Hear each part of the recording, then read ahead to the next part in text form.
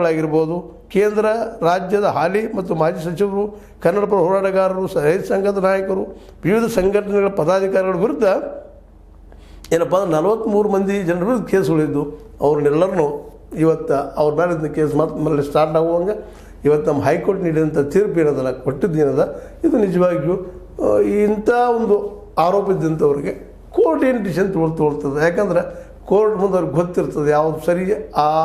ಅದರಲ್ಲೂ ಮುಖ್ಯವಾಗಿ ಆ ಕೇಸುಗಳು ಪ್ರಕರಣ ಎಷ್ಟು ಡೀಪ್ ಅದ, ಅದ್ರಲ್ಲಿ ಏನೇನದಾವ, ಎಂಥ ಕ್ರಿಮಿನಲ್ಸ್ ಇದ್ದಾವೆ ಅನ್ನೋದು ನೋಡಿಕೊಂಡು ಕೋರ್ಟ್ ಅದು ಡಿಸಿಷನ್ ತೊಗೊಳ್ಳೋಂಥದ್ದು, ಪ್ರತಿಯೊಂದರಲ್ಲೂ ಸರ್ಕಾರ ಹಸ್ತಕ್ಷೇಪ ಮಾಡುವಂಥದ್ದು ಮಾಡಲಿಕ್ಕೆ ಹೋಗೋದನ್ನು ಬಿಟ್ಟು ತನಗೆ ಕೊಟ್ಟಂಥ ಕೆಲಸವನ್ನು ಈ ಒಂದು 5 ವರ್ಷಗಳಲ್ಲಿ ಸರ್ಕಾರ ಜವಾಬ್ದಾರಿ ಭಾಳ ಅದ.